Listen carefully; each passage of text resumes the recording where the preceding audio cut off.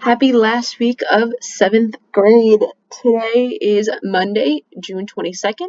So if you're due now, you are taking a look at this picture below with its quote. You're describing what is occurring, what is it, and what is the message. And then you're creating two critical thinking questions. So questions that start with what, how, why, or someone wants to know a bit about history to answer the questions or have to research the answers. So it's a picture of our 16th president, President Lincoln, and it says, nearly all men can stand adversity, but if you want to test a man's character, give him power.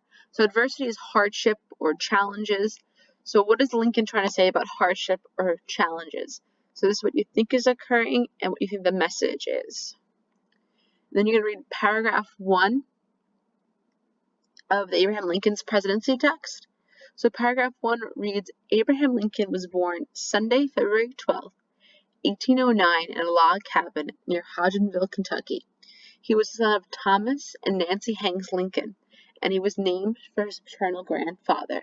So he was named for his grandfather on his father's side. Thomas Lincoln was a carpenter and a farmer.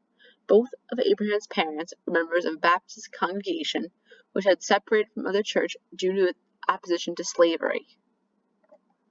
So, Baptist is a type of Christianity. A congregation is a group.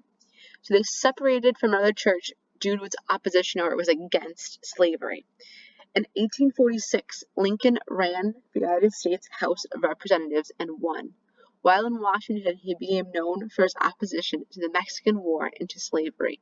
So opposition means to be against. He was against the war in Mexico and against us having slaves. He returned home after his term and resumed his law practice more seriously than ever.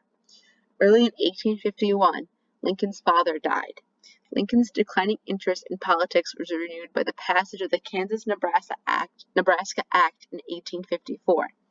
He made an unsuccessful bid for the U.S. Senate, which means he tried to run or become a U.S. Senator, but he was unsuccessful. He didn't become the senator then, but he received some support for the Republican vice presidential nomination in 1856.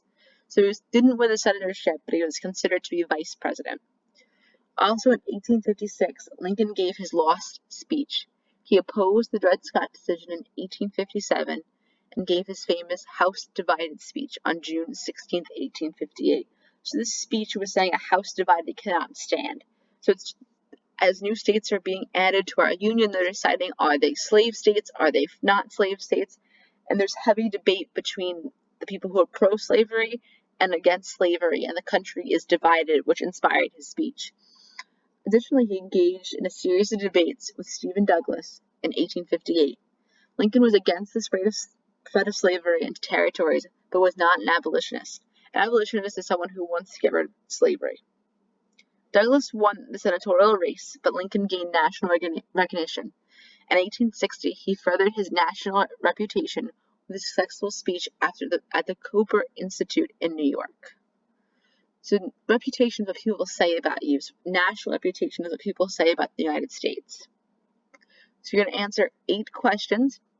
The first one says, when and where was Abraham Lincoln born? The second one says, how did Lincoln get his name? Number 3, why did Lincoln's parents' church separate from other church?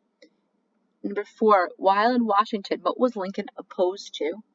Number 5, what event made Lincoln interested in politics again? Number 6, how did Lincoln do in his race for the U.S. Senate? Number 7, how did Lincoln feel about slavery? Number 8, how did Lincoln help his national reputation?